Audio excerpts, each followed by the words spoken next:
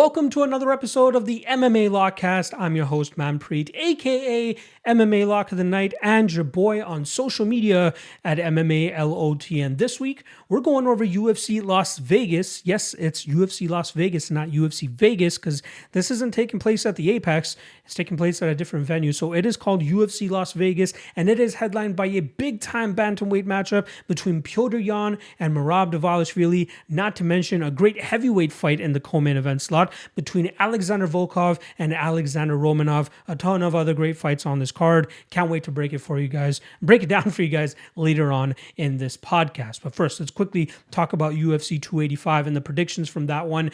I went 12-2 on predictions overall. Lock of the night comes through with Dricus du Plessis coming through and doing what I expected him to do. It was going to be ugly in the early goings of that matchup, but I knew if he were to have survived, he would have taken over in that second round and knocked out Derek Brunson. Shout out to anybody that got in on the plus money on du Plessis going into that second round, but it was inevitable that Brunson was going to slow down and succumb to that big South African power, and that's what du Plessis was able to do.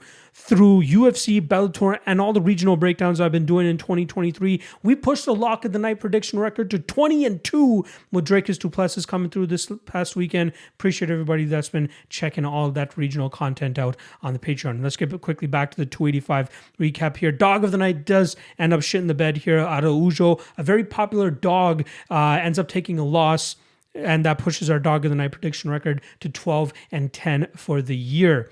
The other prediction I want to talk about is Jon Jones. I was surprised at the amount of pushback that I was getting about that pick, especially with apparently I was being ignorant in regards to how I was breaking that fight down. But I really believed that he is on a completely different level than people were making him out to have been at, especially with the last three fights that he had at light heavyweight. I kept saying that I believe it was his lack of motivation going into those fights. He was highly motivated to get into the heavyweight division and start making noise right off the bat, and that's what he exactly ended up doing. Yes, in normal circumstances, a 3-year-long layoff and all the other circumstances outside of the cage that were affecting Jon Jones going into this fight, yes, I would normally take those things into consideration. But there are certain few fighters that you make exceptions for.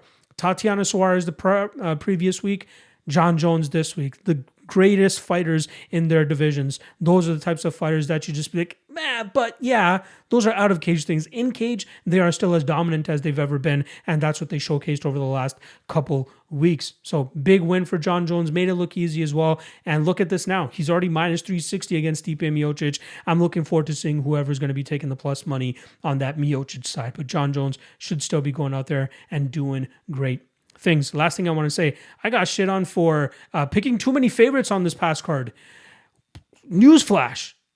Favorites went 13-1 on this card, and the only one that ended up winning, I don't think anybody was predicting, in Alexa Grasso.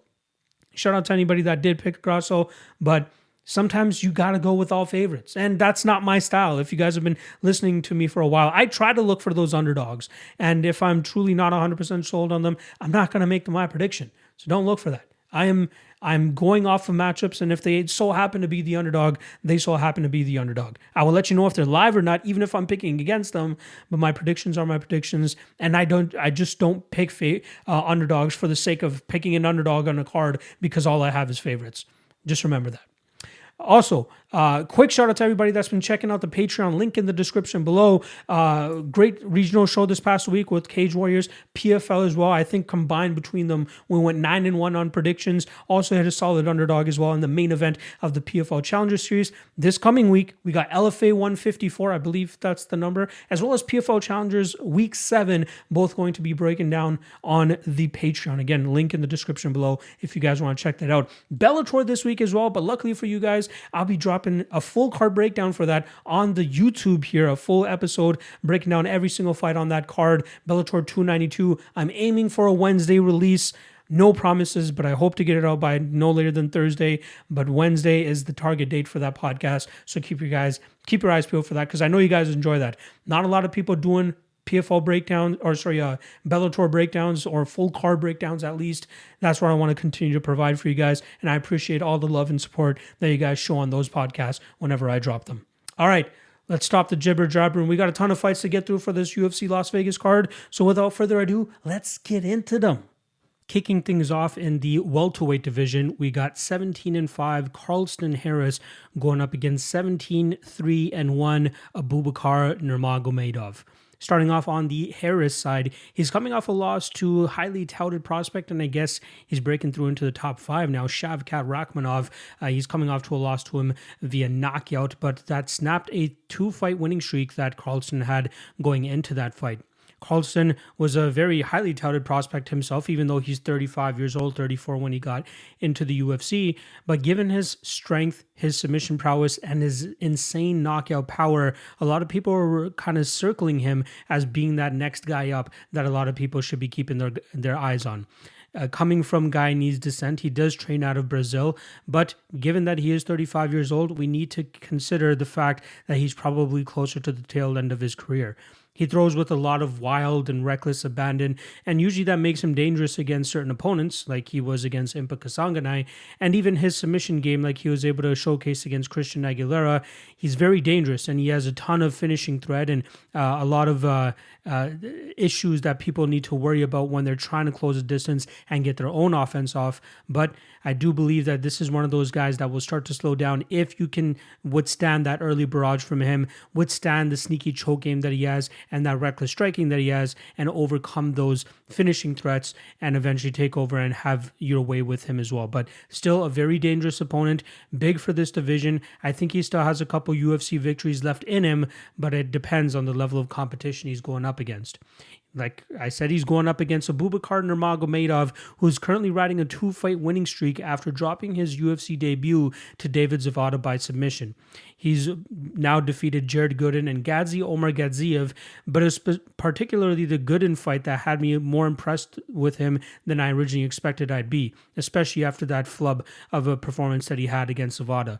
Everybody expected Abubakar to drag that fight to the ground against Gooden and have success from on top, that being the only way that he would have success. However, he beat Gooden to the punch for the first 10 minutes of that fight and then relied on his grappling in that third round to secure that victory. He looked sharp in that fight, his jab looked precise, and he looked a lot better than many people expected from him going into that fight. The Omar Gadziev fight, very easy for him. He was able to land the takedowns when he needed. Omar Gadziev seemed to have gassed 4 or 5 minutes into that fight, allowing Abubakar to grind out the rest of that fight and pretty much cruise on his way to a decision victory. At 33 years old and not being as active as you would expect him to be, I don't know what the ceiling is for Abubakar, nor do I think he cares about getting into any sort of title contention or anything like that. I think he just likes to fight, and I think he likes to fight on his own schedule, which is why we don't see him as active as we normally would expect somebody of his stature to be. This is one of those stay away matchups for me on the entire card, because I know that Carlston Harris is very dangerous, and I think that Nurmagomedov is one of those guys that will more than likely slip up under that type of pressure. But if Nurmagomedov is able to showcase the discipline that he did in the Jared Gooden fight, jab up Carlston Harris from distance, land those takedowns when he needs to while keeping his neck safe, because Harris will obviously be looking for that front choke series, anacondas, darces, all that stuff. But if Nurmagomedov can stay safe, not have a slip up like he had in the David Zawada fight, he should be able to grind out this fight, and I think he should be able to win this one by decision. Next up in the flyweight division, we got 21-12-1 Tyson Nam going up against 12-5-2 Bruno Silva. Starting off on the Tyson Nam side, he is coming off a spectacular knockout victory over O'Day Osborne last time around, where he was able to take advantage of the reckless striking abandon of O'Day Osborne and counter with a beautiful punch to knock O'Day Osborne out and pick up a victory. Now that pushes Tyson Nam to 3-2 in his last 5 fights, but it clearly showcases that he can go out there and knock most of his opponents out. But if he is not able to, he doesn't really have the greatest decision-winning type of game plan. He mainly tries to go out there and just get a beat on you, try to counter you, and try to knock you out. That's it.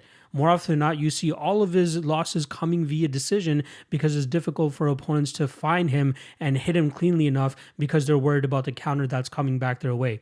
He does a decent enough job in terms of staying safe on the mat when opponents do look to take him there, and he has a decent enough get-up game as well to keep him out of any bad trouble. But as we saw in the Match Now fight and Kai Kara-France fight, if you can avoid that big knockout power of Tyson Nam, you should be able to put numbers on him, put output on him, and take home a decision victory. I believe at 39 years old, we shouldn't be expecting any new wrinkles in Tyson Nam's game, but I do think that he can still go out there and possess some knockout abilities and knockout wins, but I just don't know how far it will take him in the UFC, and especially being 39 years old in the flyweight division usually is not the greatest indicator of someone having success at this point in their career. Moving on to Bruno Silva, he's coming back from a lengthy layoff where he's dealt with a set of injuries. I believe the main one being his hand injury that he was dealing with, but he's finally back at it, looking to build upon the 2-fight winning streak he's been able to put together over his last 2 fights. Last time around, he knocked out the scrub Victor Rodriguez, making quick work of him. I think that fight only took about a minute or just about maybe 70 seconds or so, but was able to dispatch of him pretty quickly. Before that, he was able to deal with the early onslaught of JP Bays and then eventually finish him in the second round. But it was the fight before that where I really got a beat on Bruno Silva and realized that this guy's actually much better than a loss to Khalid Taha and David Dvorak would indicate. I remember having a pretty chalky bet on the Tagir Ulanbekov side, and when they were about to read the decision there, I was sweating my ass off, wondering whether I was going to get the nod or not, being on the Ulanbekov side. Thankfully, I was, but Bruno Silva definitely performed a lot better than many people expected him to that night.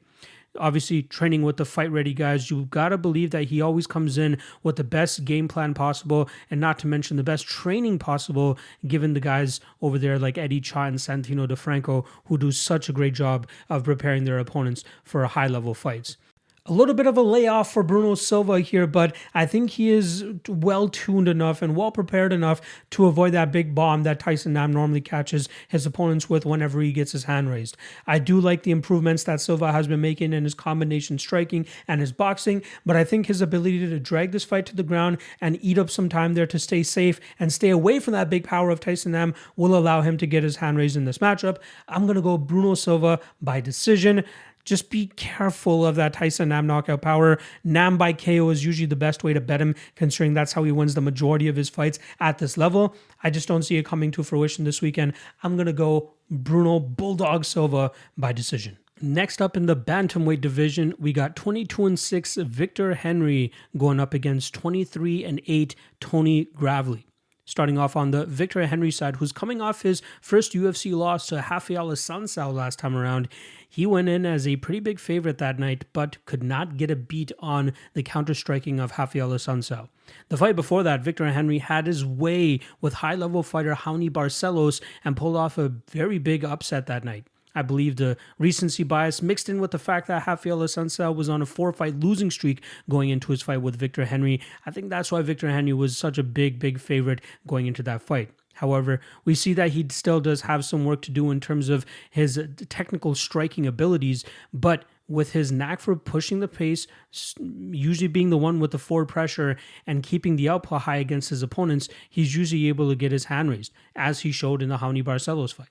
He has a very active guard when opponents look to take him to the ground, and he's almost immediately throwing up submissions, whether it's to secure the submission or at least to roll out of a bad position, get back to his feet so that he can get back to his handiwork, especially his pressure style of striking that normally breaks opponents, exactly what he was able to do against Raoni Barcelos.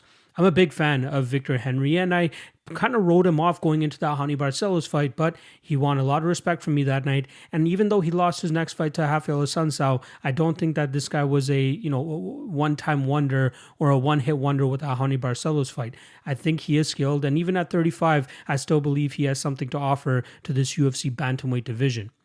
On the flip side, we got Tony Gravely, who has a plethora of more UFC experience compared to Victor Henry, but he's coming off a loss to his flaming hot prospect, Javid Basharat, and in that fight, Tony Gravely was unable to get a beat on Javid Basharat's striking, and that ultimately pulled out some desperation takedown attempts from him, which Javid was easily able to stuff and pivot away from and get back to his own striking game. And that is where we see the shortcomings of a guy like Tony Gravely. He is a very solid wrestler and loves to grind his opponents to the ground and ground his opponents and then eventually grind them out from on top, like he was able to do against Simon Oliveira 3 fights ago. Or he has some big knockout power, as he showcased in the Anthony Burchak and Johnny Munoz Jr. fight. But just as we saw in the Nate Maness and Javid Basharat fights, if he's not able to get high amounts of control time against these guys on the mat, and if he's facing a lot of resistance, especially in the striking realm and guys getting back to their feet relatively easily, that's where he starts to struggle with his punches. Yes, he has big power early in his fights, but as fights start to go on and as opponents start to stuff takedowns and get back to their feet, Gravely starts to panic a little bit, which allows opponents to strike with him and beat him to the punch and potentially even knock him out. That's where his shortcoming is. So it really needs to depend on the fact that he can ground fights and maintain a solid amount of control time. Otherwise, things get very sticky for him if they have to play out in the striking realm for a long time. I'm not going to let Victor Henry fumbling the bag last time around as a big favorite against veteran Rafael Assuncao deter me from backing him in this favorable matchup that he has against Tony Gravely. Gravely will obviously have the wrestling advantage here, but I don't believe in his ability to hold Victor Henry down and control him for vast majorities of this matchup or vast moments of this matchup.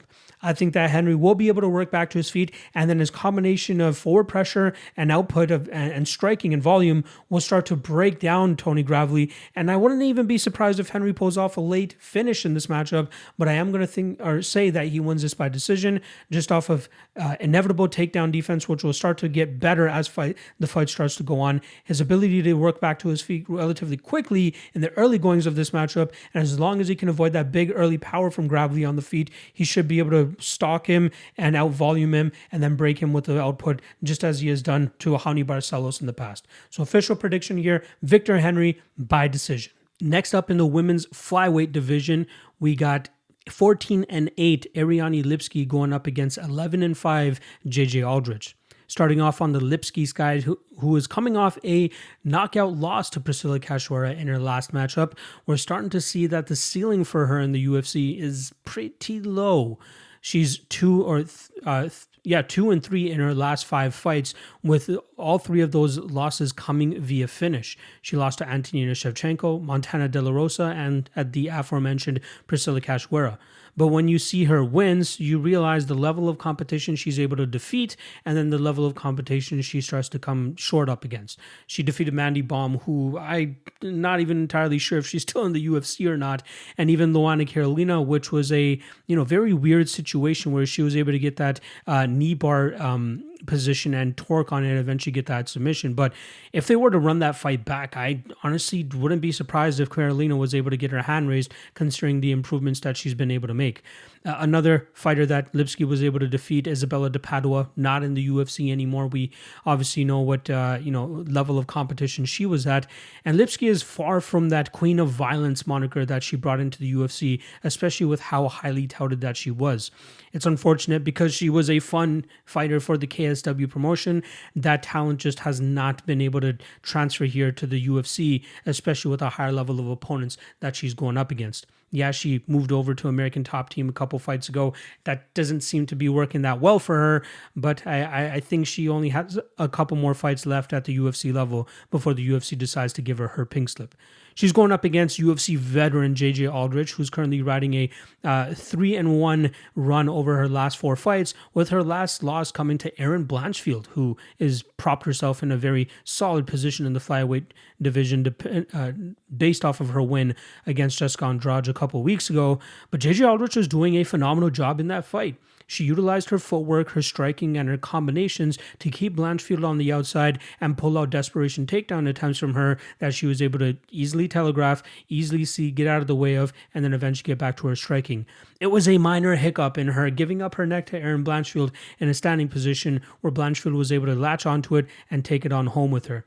I think Aldrich is definitely beating herself up about that loss, especially considering where Erin Blanchfield now finds herself in the division.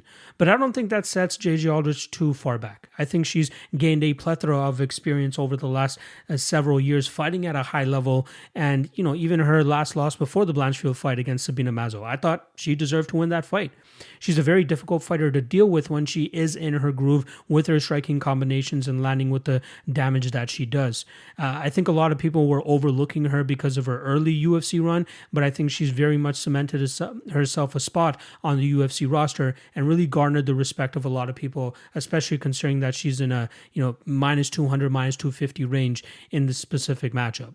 I think this is a great matchup for JJ Aldrich. Although this will more than likely be taking place in the striking realm where Ariane Lipski could have her most success. I just think that the footwork, combination striking, and the damage that JJ Aldrich is going to be able to accrue on the feet will end up being too much for Ariane Lipski.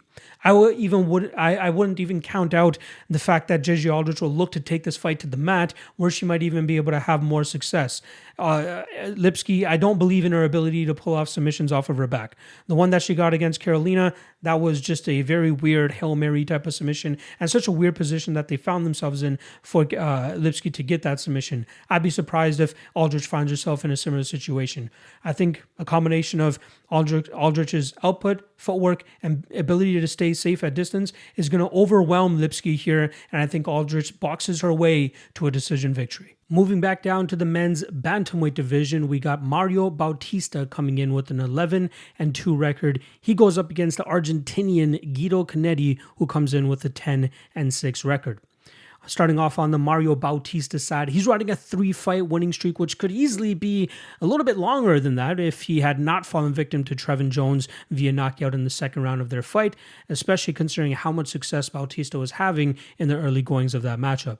Bautista has gone through a serious physical transformation since we first saw him in the UFC, which I believe his first fight was against Corey Sandhagen, but he has very much evolved his game, evolved his physique, and utilizes it very well inside the cage. He's pulled off 2 straight submission victories over his last 2 fights, one over Brian Kelleher, and the most recent over a extremely deflated Benito Lopez.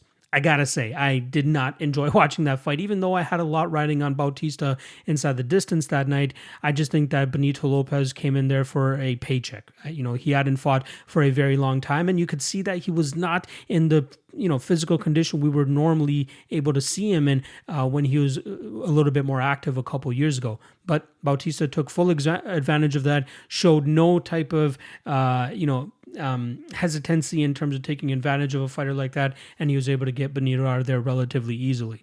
But Bautista, I think, if he continues to get some of these layup matchups the UFC is giving him, that will continue to allow him to build his confidence and start marching towards that top 15 of the division, which is where I think he really deserves to be, especially if he can continue to put on these dominant type performances against the level of competition the UFC is giving him.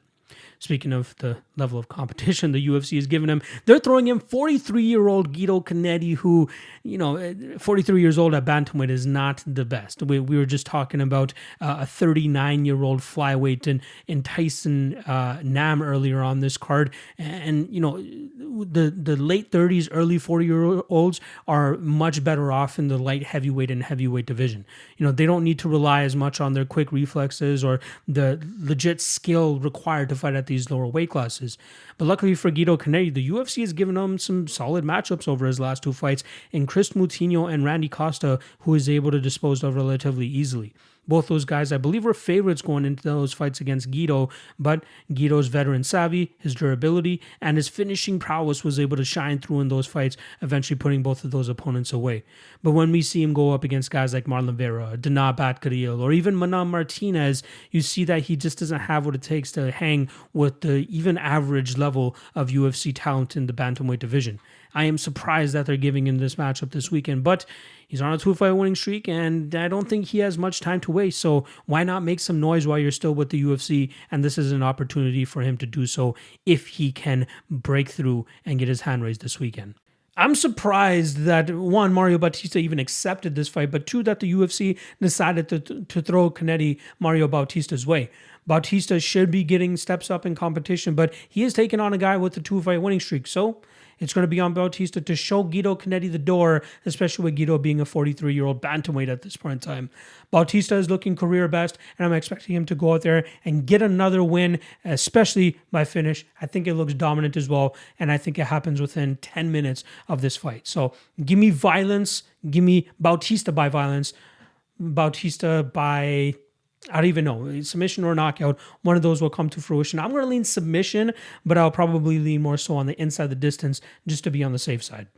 Moving up to the middleweight division, we're going to be talking about Cedriques Dumas coming in with a 7-0 record, going up against Josh Fremd, who's coming in with a 9-4 record.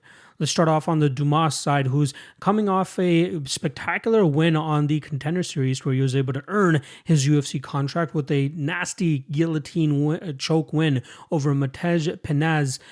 Very dominant performance there. It was a quick performance where he landed a big shot from on top, got his takedown, and as his opponent was working back to his feet, he snatched the neck and took it on home with him.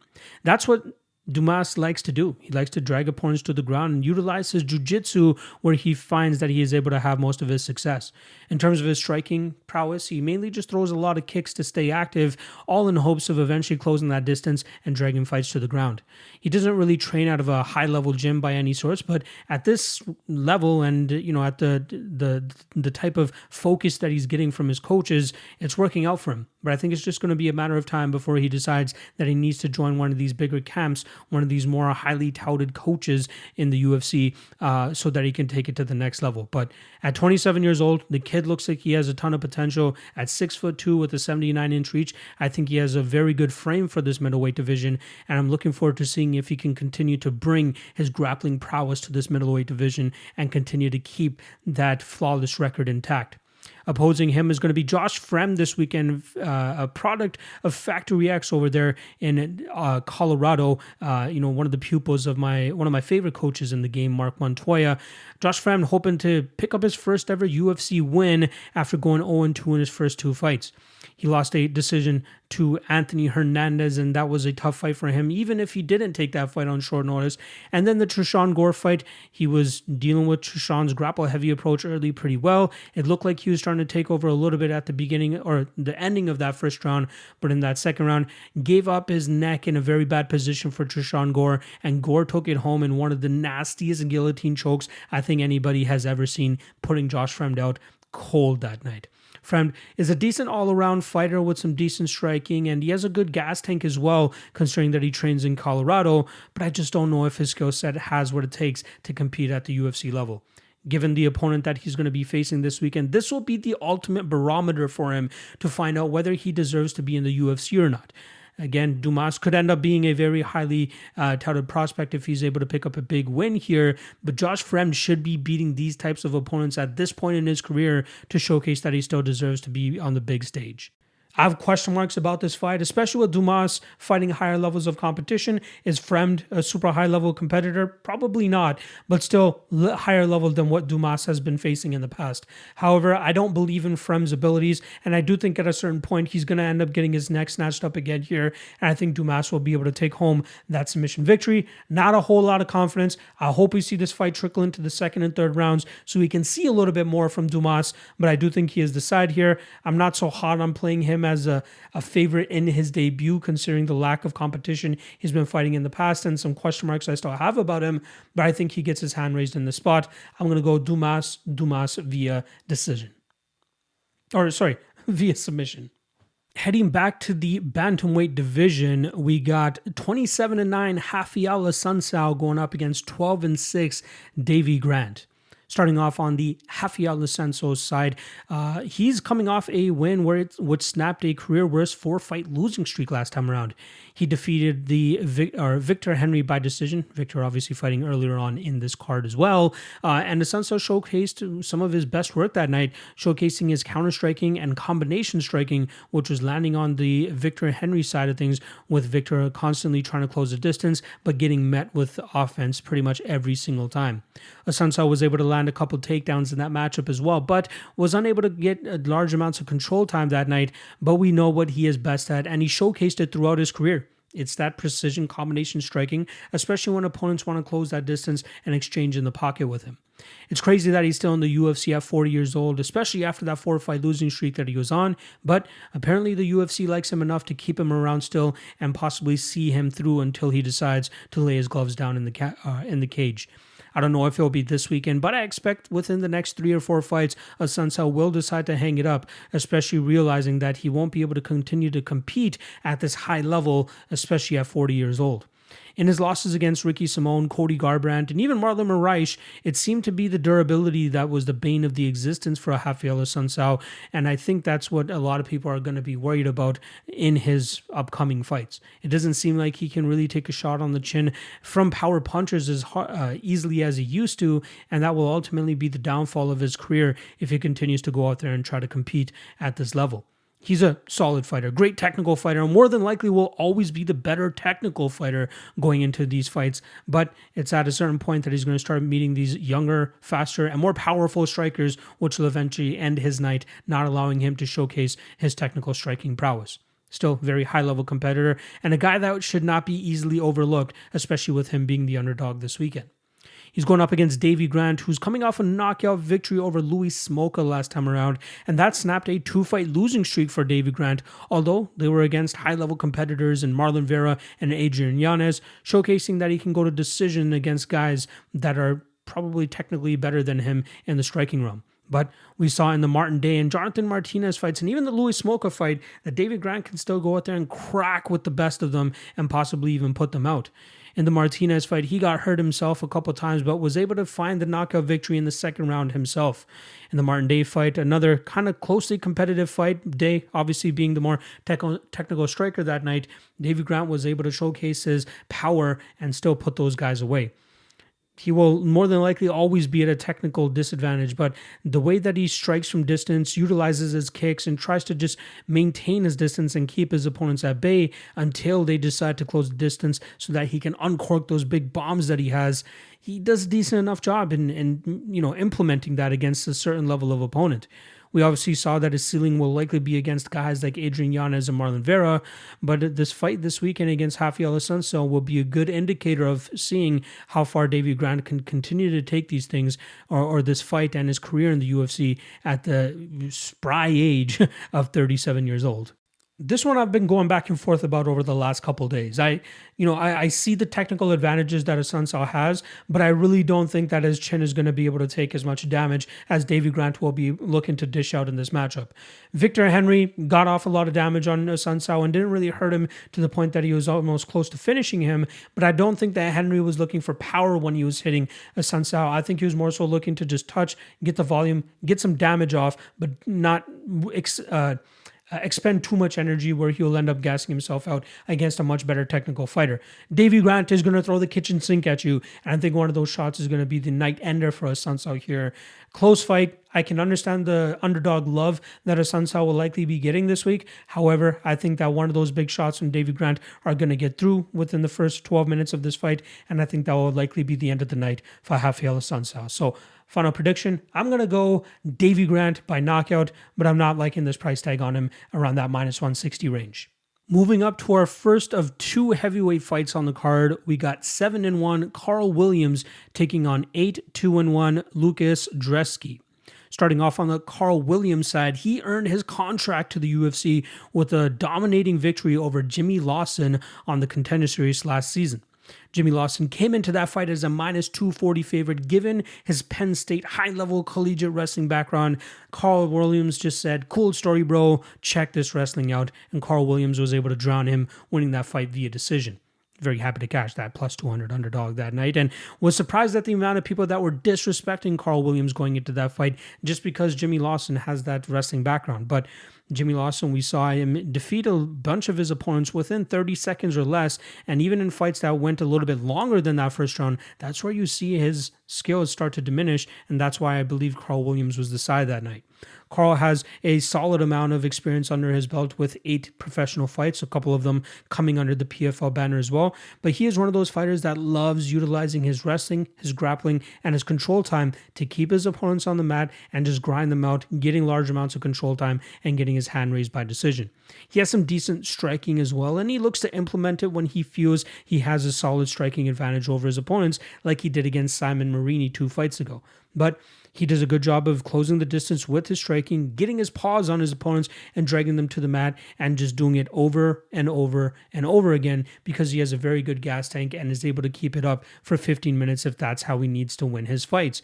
I'm kind of surprised that he's looking to stay at heavyweight here because he took the Jimmy Lawson fight on short notice, so I understand him going up to heavyweight for that fight, but the vast majority of his career was spent down at light heavyweight, but here he is taking a full training camp against Lucas Brzeski up at heavyweight, so maybe he's just getting comfortable at this weight class now and more than happy to not have to cut weight during fight weeks whenever he's competing. On the Lucas Brzeski side, I have a lot to apologize to this man for because I was absolutely shitting on him when I was breaking him down for his fight against Martin Buday. I had Buday as my lock of the night play that night because I just didn't see anything from Brzeski on the regional scene that made me believe that he would give a guy like Buday issues. But we saw a much better striking game from him than we've seen in the past. We saw him utilize the cage and movement very well, and he was able to get out of the way of any type of clinch situation that Buday was looking to implement. But I think at a certain point halfway through that first round, Buday kind of just abandoned that clinch style of dirty boxing that he likes to implement against his opponent and was more than happy to exchange with Brzeski on the feet. Brzeski was able to get off on more strikes and more volume, but it seemed like the judges put more weight on the fact that Buday looked like he was landing with more damage and more significance. I was honestly sweating my ass off when they went to a decision that night, thinking that I was going to have to rip up a ticket, but thankfully the judges saw it for the Buday side. I think I got away with one there, if I'm being honest. Brzeski, again, much better than I initially gave him credit for, but I do think that he could still struggle against the UFC's higher level talent, even the middle of the division as well, if he's not able to showcase even more improvements than he did from the last fight. But he shows good movement, good footwork, good output, and an improving gas tank. However, I'd like to see that put to the test against somebody that is going to be looking to test his gas tank a little bit more by trying to work for takedowns and grappling situations more than Martin Buday was able to that night. Like I said, Brzeski very much impressed me in the Buday fight, but I think he's going to be facing more of a grapple-heavy approach here from Carl Williams. Buday gave up on it, like I said, within that first round of trying to initiate the clinch, but I think that Williams will be a little bit more dead set on trying to close that distance, and I think he'll be looking for opportunities to change levels under the incoming strikes of Brzeski, and from there I think he'll be able to get in on the hips, push him up against the cage, and drag him to the mat. I think that Williams will more than likely grind this fight out over 15 minutes, once again getting his hand raised by decision. Moving down to the light heavyweight division, we got 7-0 Vitor Petrino going up against 8-1 Anton Turkalj. Starting off on the Petrino side, he earned his contract to the UFC with a big win over a former foe of his, Rodolfo Bellato, via knockout. He had actually knocked out Bellator earlier on in his career, and that came within a couple seconds, if I'm not mistaken. But this fight did sprinkle off into that second, I believe to the third round as well, where Vitor was able to eventually get that knockout. I believe it was the second round. Sorry. Apologies for that mistake. But it looked like Bellator was starting to take over. It looked like Petrino was starting to slow down a little bit, given his heavy striking style that he tries to implement, utilizing his power, trying to knock his opponents out. And luckily for him, he was able to catch Bellator slipping and was able to get his hand raised by knockout that night. We have seen Petrino go up against a former UFC fighter in Gadzimurad in Antigulov, but it played out pretty much how every Antigulov fight plays out, where Antigulov has a plethora of top control time and able to get some grappling success going. But if he's not able to finish his opponents, he does start to gas out, and that's what Vitor was able to take advantage of, eventually knocking him out in the latter half of that first round, early second round, if I'm not mistaken. But that's what Petrino brings to the table. Some athleticism, some explosiveness, some good knockout power, but I do have a lot of question marks once he deals with fighters that will present more issues to him rather than just somebody who, is not as much out of a higher level striker as him, or as somebody who doesn't have a gas tank like Antigulov did. On the Turkalj side, he initially had his Contender Series fight against Assuncao dos Santos overlooked by Dana White. That fight took place on the week 1 of the last season of the Contender Series, and Dana was not impressed at all, even though Turkalj landed, I believe it was 11 takedowns and got just as much control time in minutes, but Dana was not impressed and ended up passing on him. Luckily for Turkalj, Jailton Almeida's opponent Shamil Abdurrahimov pulled out, and Turkalj was called upon to jump in on short notice against somebody that almost nobody wanted to fight, and Turkalj just saw it as an opportunity for him to get into the UFC, and that's luckily what was able to happen for him.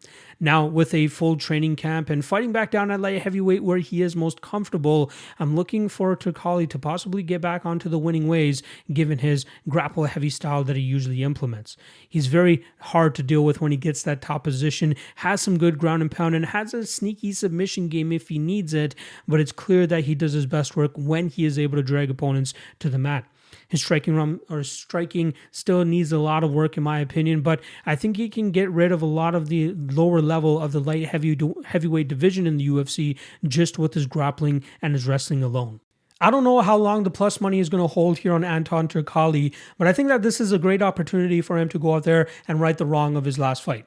I think the reason that Petrino is a favorite in this matchup is a recency bias. He's a 7-0 light heavyweight with a big knockout victory in the Contender Series in his last matchup, whereas Turkalj just got manhandled by Jailton Almeida. However, he's back at his light heavyweight weight class where he is doing his best work and where he has been undefeated, and I think that will see him successfully get back to his wrestling ways, just as he did in his first Contender Series appearance where he landed 11 takedowns and was able to control his opponent for the majority of that fight. I believe it was 11 takedowns. Regardless, I'm expecting a takedown heavy approach here from Turkalj to slow down Petrino, possibly allowing Turkalj to get a second or third round stoppage here, more than likely coming via submission.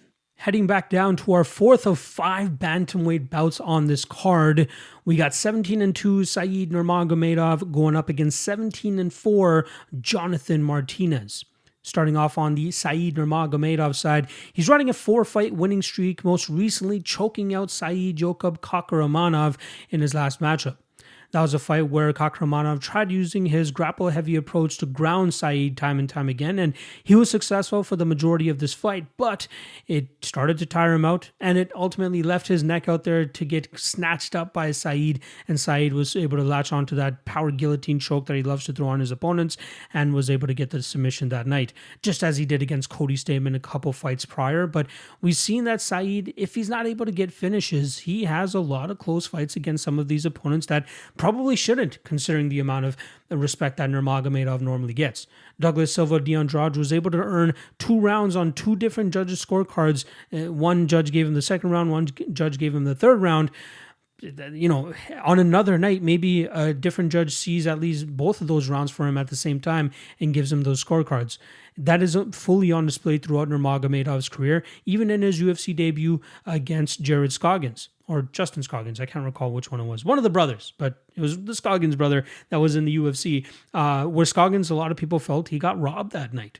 Obviously, he came up short against Hani Barcelos as well a couple fights ago, but you see that if he's not able to dispatch of his opponents, things get a little bit shaky for him. He's a talented striker, loves to throw a lot of flashy techniques, but it's usually the lack of output that he throws out there that normally gets him into trouble. He looks for opportunities, and he seems a little bit too calculated at times, which allows rounds sometimes to kind of just get past him and sneak by him. That's what he's always going to be at the bane of if he doesn't pick up his urgency in fights. And I would love to see him grapple a little bit more, because we've seen those chops out of him, just not enough for him to dominantly win fights when fights end up playing out too close than they should. Jonathan Martinez is riding a 4-fight winning streak where he's been looking dominant and more dominant every single time out. From his Alejandro Perez fight where he was able to come back from getting hurt himself, to the Vince Morales fight where he hurt him on numerous occasions, to eventually finishing Cub Swanson with nasty leg kicks over the course of 10 to 12 minutes, Martinez is improving on a fight-to-fight basis and is a far cry from the opponent or from the fighter that we come to have known when he went up against Andrei Sukumtat in his UFC debut. Under the tutelage of Mark Montoya, they've very much refined his striking game, utilizing a kick-heavy game to keep his opponents at distance and only letting go with the hands when he feels comfortable at distance, that he can get off on certain strikes and get away from the big knockout power of his opponents. Obviously, he fell victim to that against Davy Grant 5 fights ago, and I think that was a big learning lesson for him to realize, okay, I got to be a little bit safer in some of these spots. How do I do that? And I think him and his coaches have been able to come up with a very solid game plan for him to continue to go out there, utilize, telegraph the shots that are coming his way so that he can go out there and continue to batter his opponents from distance. Very high level striker, starting to become a much smarter fighter as well. Look out for this 28-year-old in Jonathan Martinez as he starts climbing these rankings and starts adding bigger names to his resume. This is a big test for Jonathan Martinez, but I think he is more than prepared and ready for it. And I think that this is a great stylistic matchup for him to go out there and put his output there, get his kicks off, and utilize his volume style against a guy in Nurmagomedov who has too close of fights with a lot of opponents. I think Nurmagomedov is going to have to wrestle here, or he's going to have to find an early knockout. Otherwise, Martinez should be able to cruise in this matchup, getting his output out there, landing his kicks, getting out of the way, and doing good work with his combination striking. I like him in this spot. I like him as the underdog. I just have this bad feeling in the back of my head that Nurmagomedov is going to end up catching him in something. But pre-fight, I think Martinez is decided here, and I think he gets his hand raised by decision. Moving up a division to the featherweights, we got 16-4 Ricardo Ramos going up against 9-1 Austin Lingo.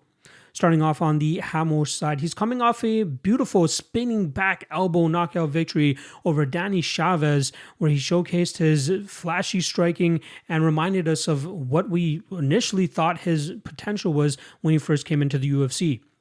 It's been a bit of a roller coaster for him over his last 5 fights, going 3-2, exchanging wins and losses every time out. But when we see him getting his hand raised, you remember why a lot of people were high on him when he came into the UFC. He is a very flashy striker, very good Muay Thai specialist, but has a high-level Brazilian Jiu-Jitsu black belt that he can implement should he look to take fights to the ground more often. I'm curious to know if the time that he used to or spent at Team Alpha Male in the past is allowing him to go out there and maybe be a little bit more confident in looking to take fights to the ground to showcase his Brazilian Jiu-Jitsu black belt, and that could possibly keep him safe, especially when most of his losses have started to come by knockout. Laurel Murphy obviously knocked him out with a nasty strike, whereas Zubaira Tukhugov was able to get some well-timed takedowns and land some big strikes of his own to eventually hurt Ramos. But now settled into the featherweight division, I think we'll continue to see a better version of Ramos every time he steps into the cage. He's 27 years old, and I think he still has a plethora of potential to take advantage of should he really start to get into his groove. He does a very good job of maintaining his range when he used to fight in the bantamweight division, but I think with mixing in some grappling and some clinch situations now at the featherweight division against opponents that will likely be just as tall, if not taller than him now, I think that will give him a lot of success at the UFC level. On the flip side for Austin Lingo, he's coming back from a pretty lengthy layoff. We're talking about almost a year and a half since he's been inside the cage, where the last time he stepped into it, he defeated Luis Saldana after dropping a very tough first round. He got dropped and hurt a bunch of times in that first round, but was able to muster up the motivation in the second and third rounds and beat Luis Saldana to the punch, taking advantage of the poor gas tank that Saldana was showcasing. But Austin Lingo, at his best, showcases his hands, his boxing, and throwing them in combinations. And having a coach like Saif Sayoud in your corner, you know that they have a great game plan for him every time he steps out there. They utilize his boxing approach very effectively, using the code that he normally uses with his fighters. Saif Sayoud has made Austin Lingo a much better fighter than a fighter with his skill set probably should be. He's 9-1, only has 1 loss in his career, which came to him, Yusuf Zalal, in his UFC debut, and he might still be able to pick up a couple big wins at the UFC level, but I think he will be a victim due of his skill set. I think he is just too rooted in that boxing type approach that better strikers, better jiu-jitsu players are going to be able to take advantage of a fighter like this. Curious to see what the ring rust will mean for him coming into this fight, especially against a high-level opponent like Ricardo Ramos. But we know every time Austin Lingo steps in there, it's usually a barn burner. It's usually a very entertaining fight and usually up there for a fight of the night candidate. So very excited to see him step back in there, but I'm curious to see how he does against a guy of Ricardo Ramos' level.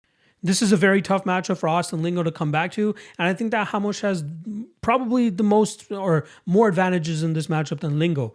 Lingo's probably the better technical boxer in the pocket in this fight, but I think that the kicks of Ramos and possibly even the takedowns of Ramos will allow him to keep this fight in his realm where he can utilize his BJJ black belt, and I wouldn't even be surprised if he ends up opening up a submission opportunity for himself that he can take on home with him. So give me Ramos. I'm a little bit skeptical of the big minus money in favor tag that he's currently at, but I think he has skill sets way ahead of Austin Lingo. Just has to be worried about that big power coming his way from Lingo. Otherwise, I think that Ramos should control the majority of this fight. I like the fight doesn't go to decision the most, but I do like Ramos, and I think he wins this fight by submission. Now let's get to a fight that was scheduled to main event a fight night a couple weeks ago, but got canceled the day of the fight. We got a fight between Nikita Krylov, who comes in with a 29-9 record. He goes up against the 21-7 Ryan Spann. Now, Krylov was forced to pull out of the fight last time around. I believe that fight took place, or was supposed to take place 2 weeks ago, but he came down with some sort of illness that caused him to throw up, and he was just feeling very sick. Even got to the venue a lot earlier than he should have to try to get some fluids in him, try to get an IV going, try to get him back to health, but it just was not meant to be. Thus, the UFC decided to push the fight back a couple weeks because they felt as though Krylov was still healthy enough to go a couple weeks later, but now they only have 2 rounds less to worry about, and obviously not the main event spotlight. Krylov is a guy that, since coming back to the UFC after initially getting cut, has very much redefined his game, specifically with his takedown game. During his initial 9 fights with the UFC, he went 1 of 6 on takedowns in all of those fights. But after returning in 2018, he's attempted 7 times the amount of takedowns. He's gone 16 of 42 in 8 fights, 1 fight less than he had before, showcasing that he's started to very much mature at this stage of his career and realizes that he doesn't need to go out there and be as reckless as he used to be. Now he can utilize his grappling prowess and take opponents to the ground, grind them out, or look for a dominant position where he can eventually find a finish. And it's almost to a fault, like is showcased in his last loss against Paul Craig, where he ended up still taking Paul Craig to the ground, even though he had a decided advantage in the striking realm. He still decided to take the fight to the ground and eventually fell into the trap of the Bear Jew, and Paul Craig was able to pull off that triangle choke victory. Beautiful win for Paul Craig that night. But Krylov, showcasing in his last fight against Volkan Oezdemir, after landing a plethora of takedowns, that he can go out there and grind the highest of a level of opponents to the mat and just do some work from on top and be completely fine with having a boring fight should that be the case. His striking is still up to snuff, but it's really his grappling that looks to shine at this stage of his career. On the Ryan Spann side of things, I'm sure he's gutted that he was not able to get that main event slot again, but I think he's just happy to get back into the cage relatively quickly and still try to get his hand raised in this fight. He's riding a 2-fight winning streak and hoping to make it 3 in a row now and really assert himself in the top of this light heavyweight division with Jamal Hill as the light heavyweight king at this point in time. First rounds are a constant theme throughout Spann's career, as most of his fights finish inside the distance, specifically in that first round. 6 of his 9 UFC fights have finished in the first round. He's either the one getting the kill or he's the one being carried out on his shield. He's a very heavy puncher and has a very sneaky guillotine choke if opponents start to jump in on desperation takedowns. Just ask Devin Clark. Outside of that, I'm not that much impressed with him. He just seems like a guy that's been able to get away with his big physical, lumbering stature that he brings to the light heavyweight division. His power, his agility, his explosiveness and his strength have allowed him to get a lot of wins over most of his opponents. But we saw him almost lose a decision back against Sam Alvey back in 2020. That was very skeptical. At that stage of his career, he should not have been having a close fight against Sam Alvey the way that he did. But he is at a point now where he's on a 2-fight winning streak and looks to get his hand raised once again this weekend against Nikita Krylov. It's tough to have confidence in Krylov in this fight, considering that he was the reason that this fight got initially canceled 2 weeks ago.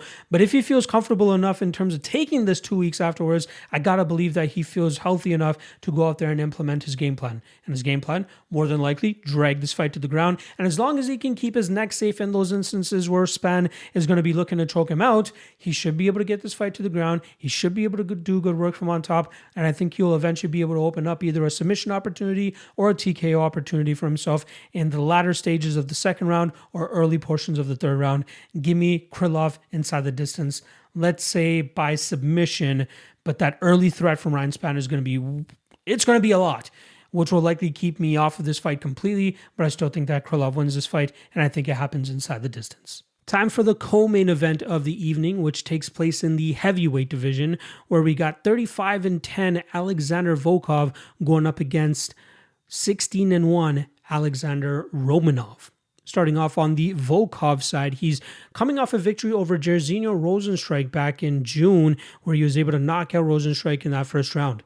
That was coming off of a loss to Tom Aspinall a couple months prior, or I should say even several weeks prior to that, where he took a short notice spot against Aspinall, lost that fight, did not feel good about it, and jumped in as quickly as he could so that he can get his hand raised once again, and that's what he did against Rozenstruik. At 34 years old, I think Volkov still has a lot to offer to this heavyweight division, even though he has 45 fights of experience under his belt.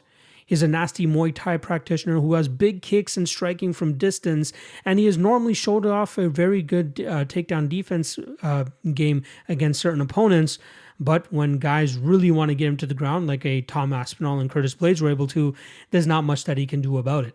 And that could end up being a shortcoming this weekend. But if he's able to keep fights on the feet, and if he's able to utilize his range and his striking, he's very difficult to deal with and usually is able to hurt his opponents over and over again. Knocked out Overeem and Rozenstruik over his last 5 fights. Also went to a decision against Marcin Tybura, but again, I don't know what his ceiling is at this point in time, especially when fighters are able to put the full mixed martial arts game together a lot better than a guy like Volkov. On the Romanov side, he's coming off his first ever professional MMA loss when he lost a decision to Marcin Tybura. In that first round, he had a very dominant round where one judge actually scored it a 10-8, but his gas tank started to fall off as it did in the Juan Espino fight, and Marcin Tybura was able to take over in that second and third round, winning that fight by decision. Again, I thought that first round should have been a 10-8, is what it is. Hopefully Romanov learns from that fight and utilizes it moving forward, especially considering that he's only 32, and in the heavyweight division, that pretty much means that you're like 24 or 25 years old. Romanov fights pretty much exactly like his nickname, King Kong, when he's able to get opponents to the ground and utilize his ground and pound, a lot of it coming from hammer fist, but he doesn't just rely on that. If he sees a submission opportunity open up, he'll try to snatch that up and take that home with him as well. He's very good from that top position, but I'd like to see him utilize his gas tank and manage his gas tank a little bit better, especially if he's not able to get his opponents out of there early, something that he was accustomed to before getting to the UFC. However, I still think he's a very difficult opponent to deal with, especially when he's able to get a hold of you and slam you to the ground, which is inevitable in almost every single one of his matchups. If you're his opponent, you got to hope that you can survive that early onslaught because you have a huge skill discrepancy, or at least cardio discrepancy, should you be able to get into the second and third rounds, because Romanov does start to fall off in productivity and efficiency as fights start to roll into that second and third round. I'm curious to see if we'll see a better version of Romanov this weekend, but his grappling should be more than enough more often than not against the, I'd say, top 20 to top 8 of the UFC heavyweight division. I get why this fight is pretty close on the money line here, and I completely understand why. It could go one of two ways. Either Romanov gets that early takedown and smashes Volkov from on top, either by submissions or gets his King Kong punches going, or Volkov survives that early onslaught and starts chipping away at Romanov later on in this fight and eventually knocking him out in that second or third round. I'm going to lean with the former, though. I think Romanov's strong takedowns will definitely come to fruition early in this matchup, and then I think from there he should be able to get dominant position, not easily, but with good patience and good technique. He should be able to pass to a dominant position, and I think from there he should be able to lock up a submission. I wouldn't even be surprised if it comes from a similar type submission that Tom Aspinall was able to pull off, because as much as King Kong loves getting those hammer fists going, he does look for submission opportunities as well, and that Americana / Kimura is definitely something that he has in his pocket, and I wouldn't be surprised if that's exactly what he pulls off here. Fight doesn't go to decision will likely be my favorite bet for this specific matchup, but I do think it's going to be Romanov, round one, Romanov by submission. Oh boy, Main event time here in the bantamweight division. 5 rounds between 16-4 Petr Yan and 15-4 Merab Dvalishvili. Starting off on the Yan side, I gotta be surprised. I did not think we'd ever see this much red on his record, especially in his last 5 fights, but it is what it is. He's coming off that loss to Sean O'Malley last time around at UFC 280. A very close fight in terms of the output that Sean O'Malley was able to land. But once the judges' scorecards were read, even O'Malley, after getting his hand raised, seemed a little bit skeptical whether he deserved to get his hand raised or not. But that is where the truth is, or at least the concerns in Petr Yan's game is, which is sometimes he just does not have enough output to sway the judges in his favor. We've seen him have very close rounds in the past against other opponents, and I believe Aljamain Sterling won the first round on a couple of judges' scorecards just off of running in circles and landing a couple of strikes here and there and just avoiding the big shots of Yan because that's all Yan was kind of looking for. But Yan has been able to use that type of style very effectively because he's been able to go out there and utilize a very power striking game, like a power heavy game.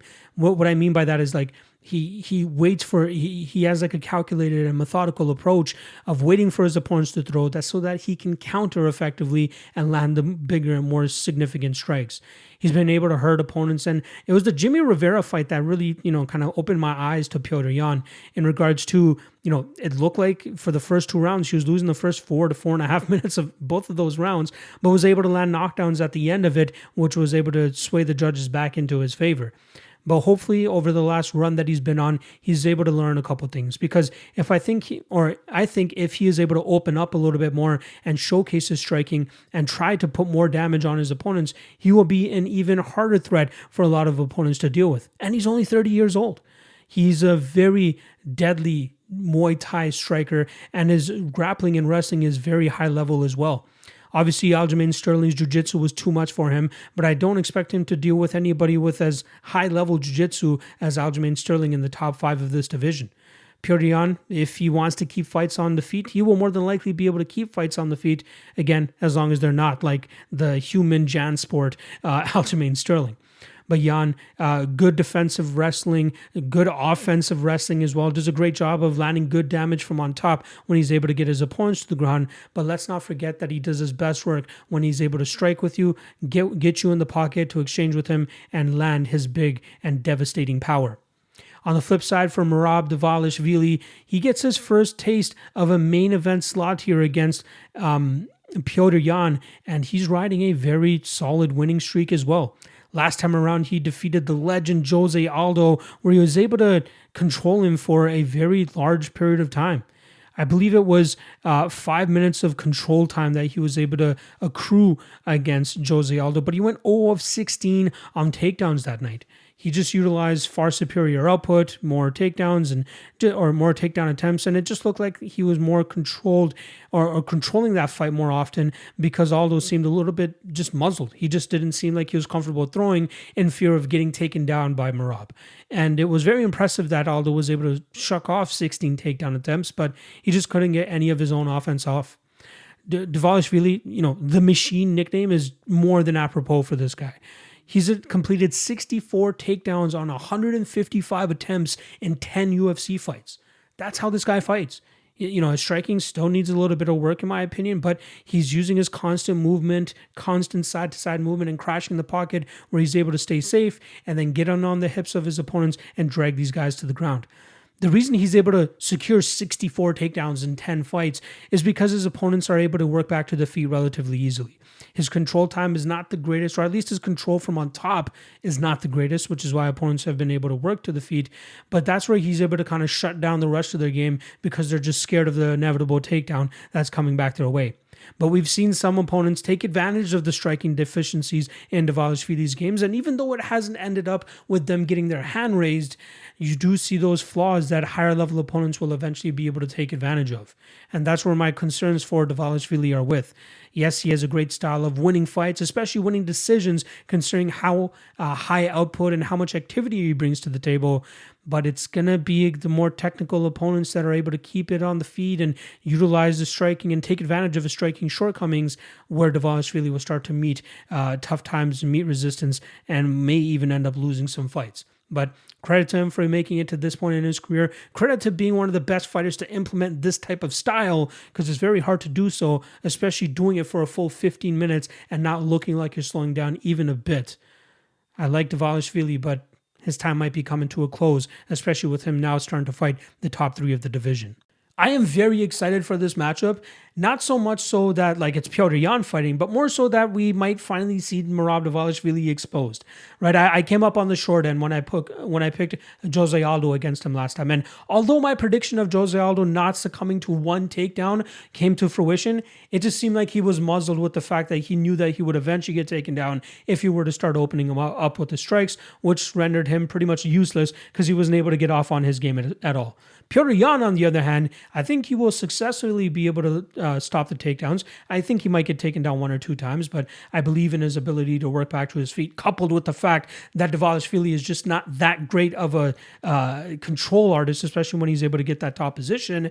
And I think from on the feet, Yan's not going to be that or as shy or as gun shy as Jose Aldo was. And I think that will allow Petr Yan here to get off on some significant strikes. I think that will outweigh the control and the takedowns and clinch time that Dvalishvili is going to get, allowing Petr Yan to get ahead on the scorecards, and which will eventually open up a knockout opportunity for him as these takedowns start to get harder to come by for Merab Dvalishvili. So I think Merab will have some moments of success in this fight, but I think ultimately the damage and ultimate knockout power of Petr Yan is going to shine through here, and I think he knocks out Merab Dvalishvili within 3 rounds, maybe even the 4th, but I think he knocks him out considering the huge skill discrepancy in terms of technical striking abilities. I think Yan is far superior to Merab in that realm, and again, like I said, defensive wrestling, good enough for Yan, defensive get-ups for Yan, just good enough. Merab does not have that jiu-jitsu controlling abilities that Aljo does,